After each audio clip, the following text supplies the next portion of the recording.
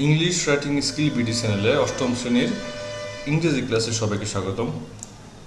আমরা আজকে অষ্টম শ্রেণীর এক্সপিরিয়েন্স 7 এর উত্তর দেখব। 7.3.4, 7.3.5, 7.3.6, 7.4.1 এই চারটা অ্যাক্টিভিটির উত্তরগুলো। তো আমাদের এই চ্যাপ্টারের নাম কি? এ হোল ইন দ্য ফেন্স, বেড়ার মধ্যে গর্ত। আজকের ক্লাসটাই হচ্ছে এই চ্যাপ্টারের শেষ class. 7.3.4 Now have a look at the following note on summary writing. এখন সামারি রাইটিংয়ের উপর নিচের নোটটি দেখো। Then read the conversation again in activity 8.3.3. তারপর activity 3.3 এর কথোপকথনটি আবার পড়ো and write a summary of the conversation এবং এর সামারিটা লেখো। Let us share it with your friends who need help to understand these 3 grammar points. পরে এটি তোমার যেসব বন্ধুর এই 3 ধরনের গ্রামাটিক্যাল পয়েন্ট বুঝতে সাহায্যের প্রয়োজন তাদের সাথে শেয়ার করো। Don't forget to check the forms of verbs you have used. তুমি যে ভার্বের যে ফর্মগুলো ব্যবহার করেছো সেগুলো চেক করতে ভুল করো না। ওকে, প্রথমে আমাদেরকে সামারি লেখার স্টাইলটা শিখতে হবে। তো তোমাদের বইতে প্রথমে ইংলিশে এবং এরপরে বাংলায় লেখা আছে, তা আমরা বোঝার সুবিধার্থে বাংলায় পড়ব এখন। সামারি হচ্ছে কোনো টেক্সটের মেইন পয়েন্ট এর সংক্ষিপ্ত বর্ণনা, যেটা নিজের মতো করে লেখা হয়। আচ্ছা, আমি সামারির বাংলাটা লিখেছি যে সারাংশ বা সারমর্ম। ওকে, আমি এটা দেখা যাবে এখন। সারাংশ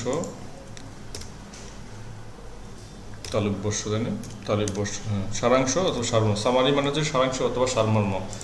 সামারি পাঠককে একটি বড় টেক্সটকে সংক্ষেপ আকারে বুঝতে সাহায্য করে। অর্থাৎ সারাংশ লিখলে কি হয়, বড় একটা টেক্সটের সংক্ষেপে লেখা হয়। কোনো টেক্সটকে সামারি করার মাধ্যমে তুমি যে টেক্সটটি ভালোভাবে বুঝতে পেরেছো তা প্রকাশ করে।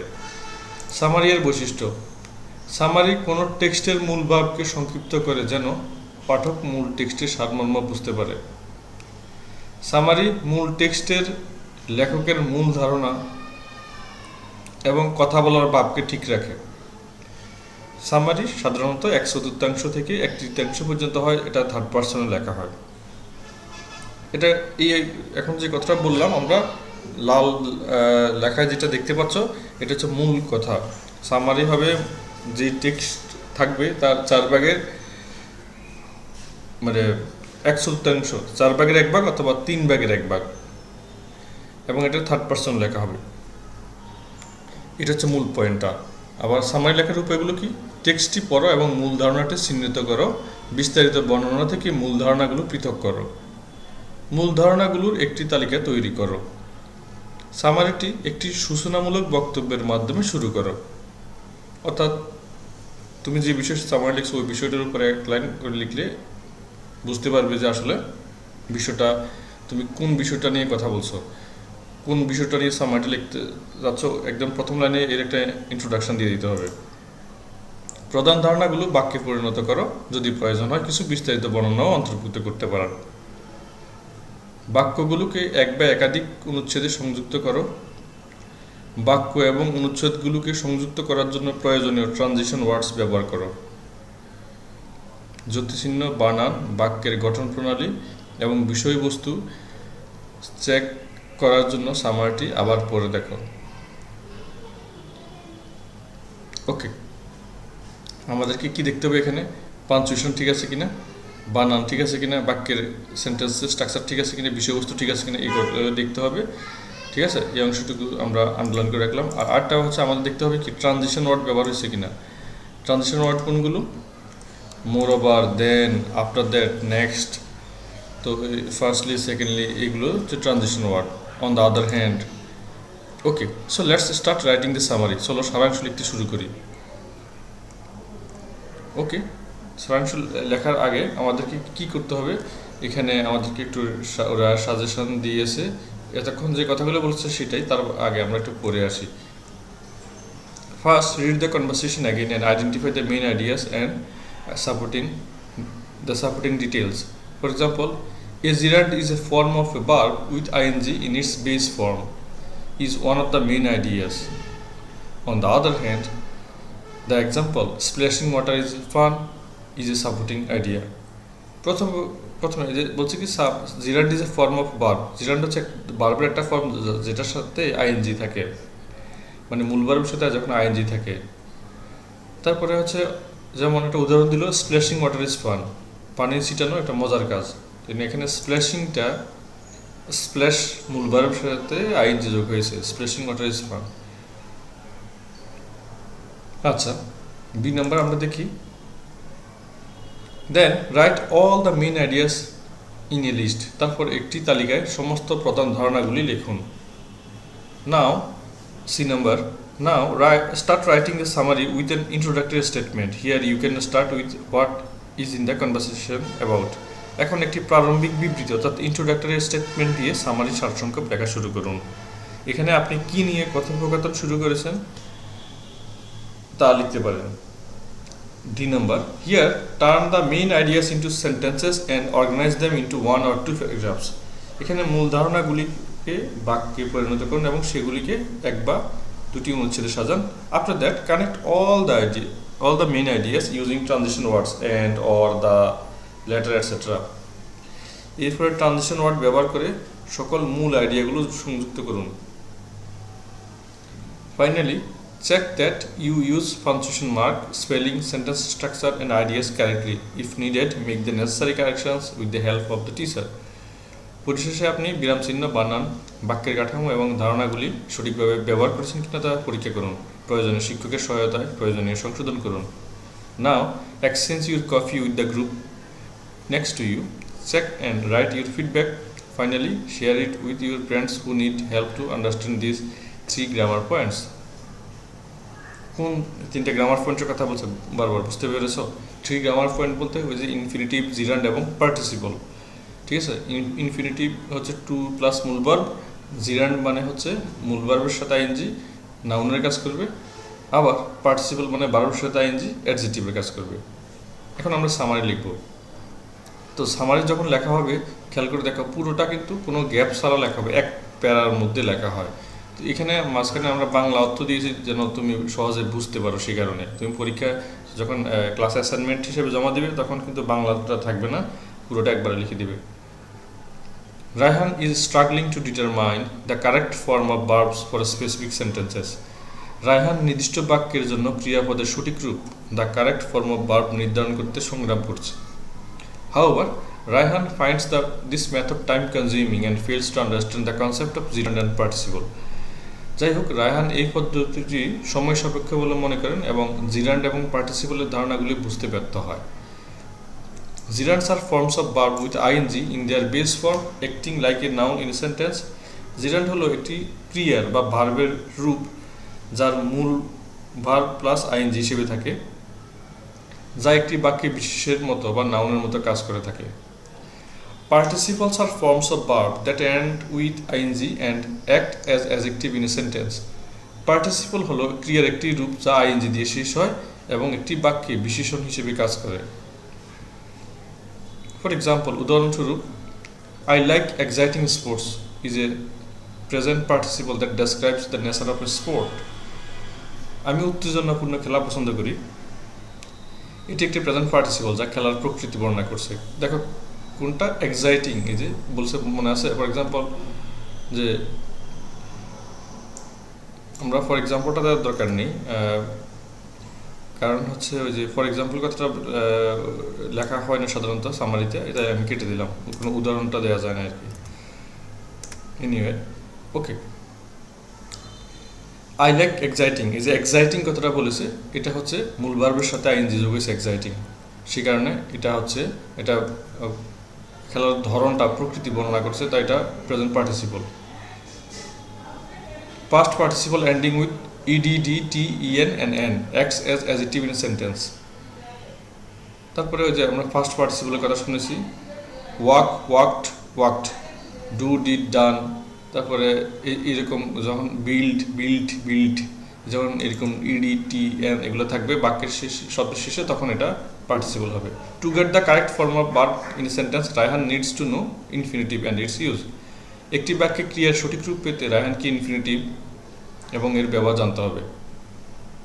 An infinitive is the base form of A verb but has different functions. একটি ইনফিনিটিভ হলো একটি ক্রিয়ার মূল রূপ, কিন্তু এর বিভিন্ন কাজ রয়েছে। It is used without to after certain verbs and after verbs like will, would, should, may, might, can, could and must. একটি নির্দিষ্ট ক্রিয়াপদের পরে will, would, shall, should, can, could, may, might, must ব্যবহার করা হয়। Raihan is now more confident in choosing the correct forms of verb, including gerund, participle and infinitive in different sentences. Raihan এখন বিভিন্ন বাক্যে জিরান, পার্টিসিপল এবং ইনফিনিটিভ সহ ক্রিয়াপদের সঠিক রূপ বেছে নেওয়ার ক্ষেত্রে আরও বেশি আত্মবিশ্বাসী। এটা গেল আমাদের ওই গল্পটার সামারি, তাই তো লিখলাম আমরা। তারপর 7.3.6 কি করতে বলেছে দেখো তো। Now read the story a hole in the fence. এখন a hole in the fence অর্থাৎ বেড়ায় গর্ত নামে গল্পটি পড়ো। Then in pair or groups use the right forms of verb in the following gaps. তারপর দলে বা জোড়ায় নিচের খালি স্থানগুলো রাইট ফর্মস অফ ভার্ব দিয়ে পূরণ করো। Later exchange your copies with the nearby groups for checking the answer. Finally share them with the whole class. পরবর্তীতে উত্তরগুলো চেক করে দেখার জন্য তোমাদের খাতাগুলো পাশের দলের সাথে বিনিময় করো। সবশেষে সেগুলো পুরো ক্লাসের সাথে শেয়ার করো। এ হোল ইন দ্য ফেন্স, বেড়াই গর্ত। গল্পটা আমরা পড়ি। Many years ago in a small village A little boy lived with his parents. অনেক বছর আগে একটি ছোট গ্রামে একটি ছোট ছেলে তার বাবা মায়ের সঙ্গে থাকতো। দেখো মেনি ইয়ার্স অ্যাগো, কোনো বাক্যে যদি অ্যাগো কথাটা থাকে, অ্যাগো থাকলে বুঝতে হবে এটা পাস্ট ইনডেফিনিট টেন্স। তাই মূল ভার্ব হচ্ছে লিভ, লিভের সাথে ইডি যোগ হয়েছে।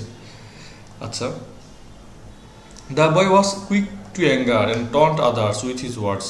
ছেলেটি দ্রুত রেগে যায় এবং তার কথা দিয়ে অন্যদের বিদ্রুপ করে। His bad temper made him use words that heart others. তার খারাপ মেজাজ তাকে এমন শব্দ ব্যবহার করতে বাধ্য করেছিল যা অন্যদের আঘাত করে। এখন খেয়াল করে দেখো মেডের পরে ইউজ কেন বসছে। কিছু শব্দ আছে যে বেয়ার ইনফিনিটিভ। দেখো মেড হিম টু ইউজ না হয়, দেখো টু যদি ইউজ হতো, লেখা হতো, তাহলে এটা ইনফিনিটিভ হতো, কিন্তু এটা বেয়ার ইনফিনিটিভ টু ছাড়াই বসেছে। He scolded neighbors, kids and even his friends due to his anger and everyone started to avoid or avoiding him. সে তার রাগের কারণে প্রতিবেশী, বাচ্চাদের এবং এমনকি তার বন্ধুদের তিরস্কার করত এবং সবাই তাকে এড়িয়ে যেত বা এড়িয়ে চলতে শুরু করে। খেয়াল করে দেখো এখানে কিছু ভার্ব আছে। রাইট ফর্মস অফ ভার্বের একটা নিয়ম হচ্ছে কোনো সেন্টেন্সে যদি দুইটা ভার্ব থাকে, ব্র্যাকেটের ভার্বের সাথে আইএনজি যোগ হয়, তাহলে আমরা স্টার্টেড অ্যাভয়েডিং লিখতে পারবো। আবার স্টার্ট ভার্বের পরে কিন্তু টু মানে প্লাস মূল ভার্ব অর্থাৎ ইনফিনিটিভও বসে, তাই আমরা এটা লিখলাম। His parents advised him many times to control his anger and develop kindness. তার বাবা মা তাকে অনেকবার রাগ নিয়ন্ত্রণ করতে এবং দয়াশীল হওয়ার পরামর্শ দিয়েছিলেন। দেখো এখানে ওই যে অ্যাডভাইস হচ্ছে এটা মূল ভার্বের পরে একটা ইনফিনিটিভ বসেছে, টু কন্ট্রোল। অ্যাডভাইস করছে কেন? নিয়ন্ত্রণ করার জন্য, টু কন্ট্রোল, এটা হচ্ছে ইনফিনিটিভ বসলো। Unfortunately, all their attempts failed. Finally, the boy's father came up with an idea. অবশেষে দুর্ভাগ্যবশত তাদের সমস্ত প্রচেষ্টা ব্যর্থ হয়, অর্থাৎ ছেলেটাকে রাগ কমানোর বুদ্ধি দিয়ে, পরামর্শ দিয়ে এর আগে যত কথা বলে সবই ব্যর্থ হয়। অবশেষে ছেলেটির বাবা একটি বুদ্ধি বের করেছিলেন। The father gave him a bag of nails and asked him to hammer one nail into the fence every time he got angry. তার বাবা তাকে এক বস্তা পেরেক দিয়েছিলেন এবং প্রতিবার রেগে যাওয়ার সময় তাকে বেড়ায় একটি পেরেক মারতে বলেছিলেন। অর্থাৎ বলছে তোর যখন খুব রাগ হবে তুই ওই একটা পেরেক নিয়ে ওই গাছটার মধ্যে মারবি, তাহলে তো রাগ কমে যাবে। The boy found it interesting and accepted the task. ছেলেটি এটিকে খুব আকর্ষণীয় কাজ বলে মনে করে এবং কাজটা গ্রহণ করে। খেয়াল করে দেখো ফাউন্ডের পরে ইন্টারেস্টিং। আচ্ছা, ফাউন্ড একটা ভার্ব, দ্বিতীয় ভার্ব হচ্ছে ইন্টারেস্ট, এর সাথে আইএনজি যোগ হয়েছে। কোনো সেন্টেন্সে দুটো ভার্ব থাকলে ব্র্যাকেটের ভার্বের সাথে আইএনজি যোগ হয়, সে হিসেবে এখানে ইন্টারেস্টিংটা বসেছে। আচ্ছা, ওকে। সামনের অংশটুকু হি গট হলো কেন? ঘটনাটা পাস্ট টেন্সে বর্ণনা হচ্ছে, সে কারণে গেটের জায়গায় গট হয়েছে। আচ্ছা, every time he lost his temper he ran to the fence and hammered a nail. প্রতিবারই সে যখন মেজাজ হারায় দৌড়ে বেড়ার কাছে যায় এবং একটি প্যারেক গেঁথে দেয়। মানে তার খুব রাগ হয়েছে, ওই প্যারেকটা নিয়ে দৌড়ে গাছের কাছে যায়, গাছের মধ্যে প্যারেকটা মারতে থাকে। His anger drove him to hammer nails into the fence almost 30 times on the first day. তার রাগ তাকে প্রথম দিনে প্রায় 30 বার বেড়ায় প্যারেক মারতে বাধ্য করে, অর্থাৎ 30 বার তার মেজাজ গরম হয়, 30 বার গিয়ে সেই গাছের মধ্যে প্যারেক মারে।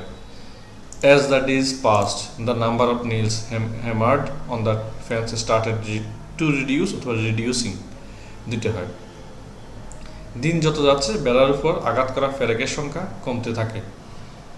আচ্ছা, এখানে খেয়াল করে দেখো, কোনো সেন্টেন্সে দুটো ভার্ব থাকলে দ্বিতীয় ব্র্যাকেটের ভার্বের সাথে আইএনজি যোগ হয়। দেখো, এই যে রিডিউসিং, স্টার্ট একটা ভার্ব, রিডিউসিং হয়, আবার স্টার্টের পরে ইনফিনিটিভও বসে, তাই টু রিডিউস হয়েছে। The little boy found it difficult to hammer the nails and decided to control his temper. ছোট ছেলেটি এভাবে প্যারেক মারা কঠিন বলে মনে করে এবং তার মেজাজ নিয়ন্ত্রণ করার সিদ্ধান্ত নেয়। সে ভাবলো যে আমার এতবার মেজাজ গরম হবে, আমি প্রত্যেকবার যদি প্যারেক মারতে যাই গাছের মধ্যে, তাহলে তো আমার প্যারেশানি লাগতেছে, কঠিন মনে হচ্ছে, তার কাছে কাজটা ঝামেলার মনে হচ্ছে। এতে করে তার রাগও কমতেছে, ও গাছের মধ্যে গিয়ে প্যারেক মারাটাও সে আর মারতে যাচ্ছে না। এখানে নিয়মটা কি, এই যে ফাউন্ড কথাটা আছে, ফাউন্ড পরে টু হ্যামার হয়ে হলো, সে পেয়েছিল টু হ্যামার, এই যে প্যারেক মারার কাজটা কঠিন পেয়েছিল, ঠিক আছে, ওকে। Gradually, the number of nails hammered into the fence reduced drastically, and the day arrived when no nail was hammered into the fence. ধীরে ধীরে বেড়ার মধ্যে আঘাত করা প্যারেকের সংখ্যা ব্যাপকভাবে হ্রাস পায় এবং একদিন আসে যখন বেড়ার মধ্যে একটি প্যারেকও মারে না।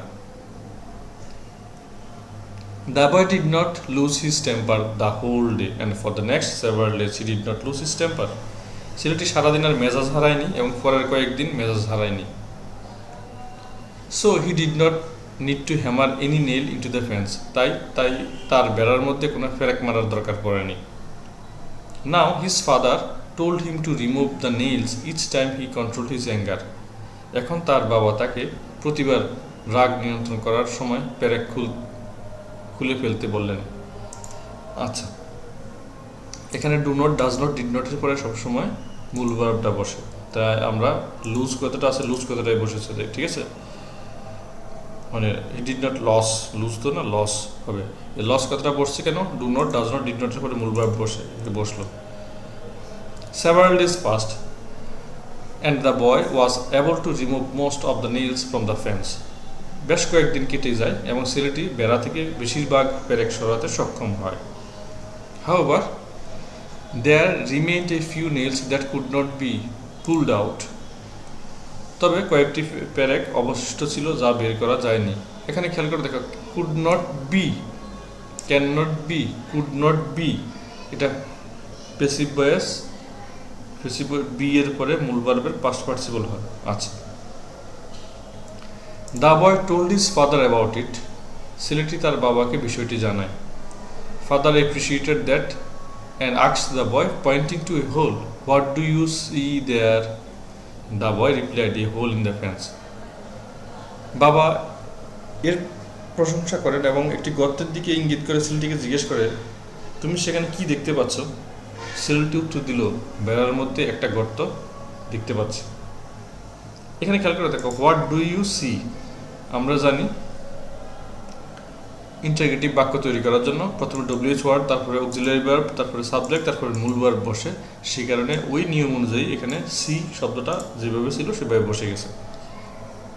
নাও do you see what your anger does? বাবা জিজ্ঞেস করলেন, এখন তুমি দেখতে পাচ্ছ তোমার রাগ কি করে? The boy gave a confused look. ছেলেটি বিভ্রান্ত দৃষ্টিতে তাকালো তার বাবার দিকে। So the father continued, the bad nails are your bad temper and they are hammered on people.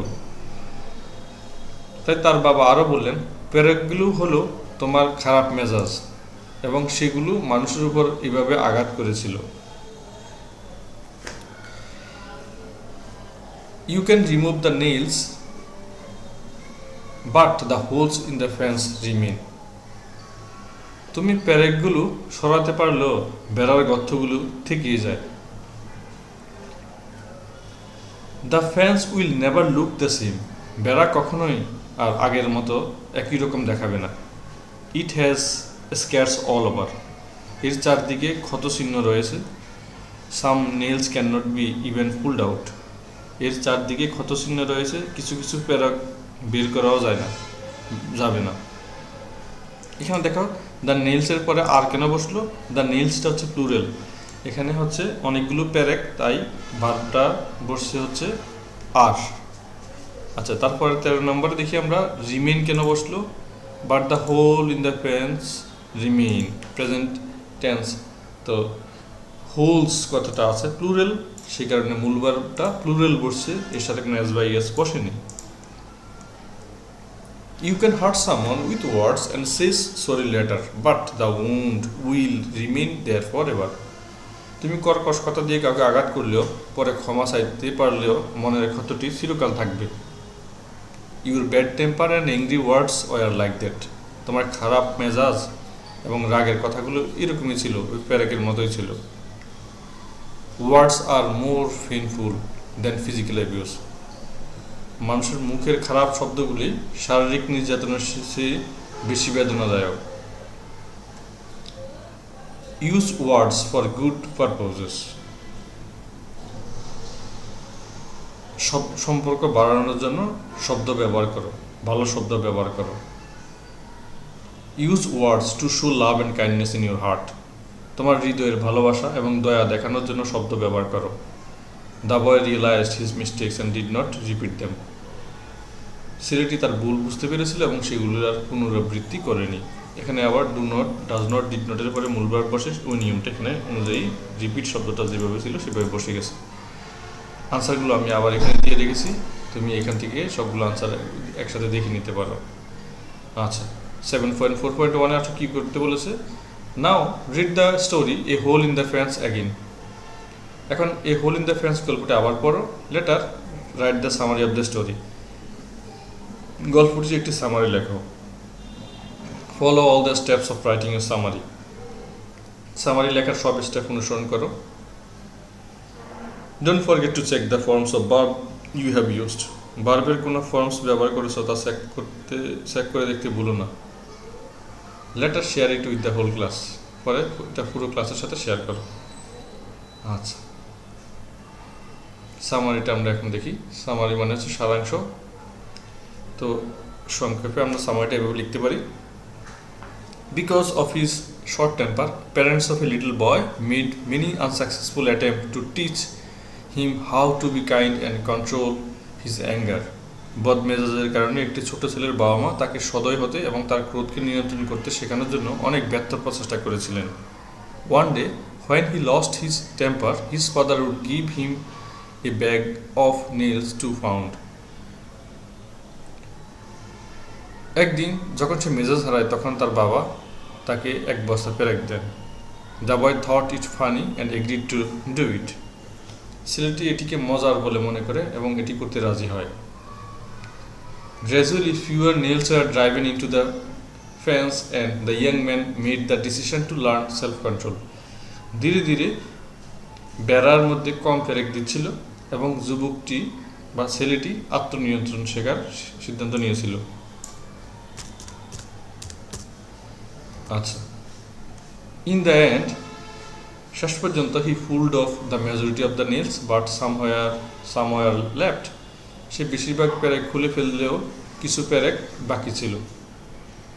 The youngster explain to his father that the fence holes would always be there and that the nails represented his ill temper. যুবকটি অবশ্য ছেলেটি তার বাবাকে বুঝিয়েছিল যে বেড়ার গর্ত সবসময় সেখানে থাকবে এবং নখগুলি বা পেরেকগুলো তার খারাপ মেজাজের প্রতিনিধিত্ব করে। পেরেকগুলি তার খারাপ মেজাজের প্রতিনিধিত্ব করে। কেমন যে পেরেক যেভাবে গর্ত তৈরি করে গাছের মধ্যে, ঠিক তেমনি মানুষের খারাপ কথা, বদমেজাজ এভাবে আরেকজনের মনে এভাবে দাগ কাটে, এভাবে গর্ত করে ফেলে। তারপরে his father instilled in him the belief that the words hurt more than physical assault. তার বাবা তার মধ্যে এই বিশ্বাস জাগিয়ে তুলেছিলেন যে শব্দগুলি শারীরিক মুখের শব্দগুলি শারীরিক আক্রমণের চেয়ে বেশি আঘাত করে। প্রিয় শিক্ষার্থীরা, ক্লাসটা এখানে শেষ করছি। যদি কারো ভালো লেগে থাকে ক্লাসটা, চ্যানেলটা সাবস্ক্রাইব করতে পারো। অলরেডি সাবস্ক্রাইব করে থাকলে শেয়ার করে দিলে অন্যদের উপকার হবে। মতামত থাকলে কমেন্ট করে জানাতে পারো। Thanks for watching. খুদা হাফেজ। আসসালামু আলাইকুম।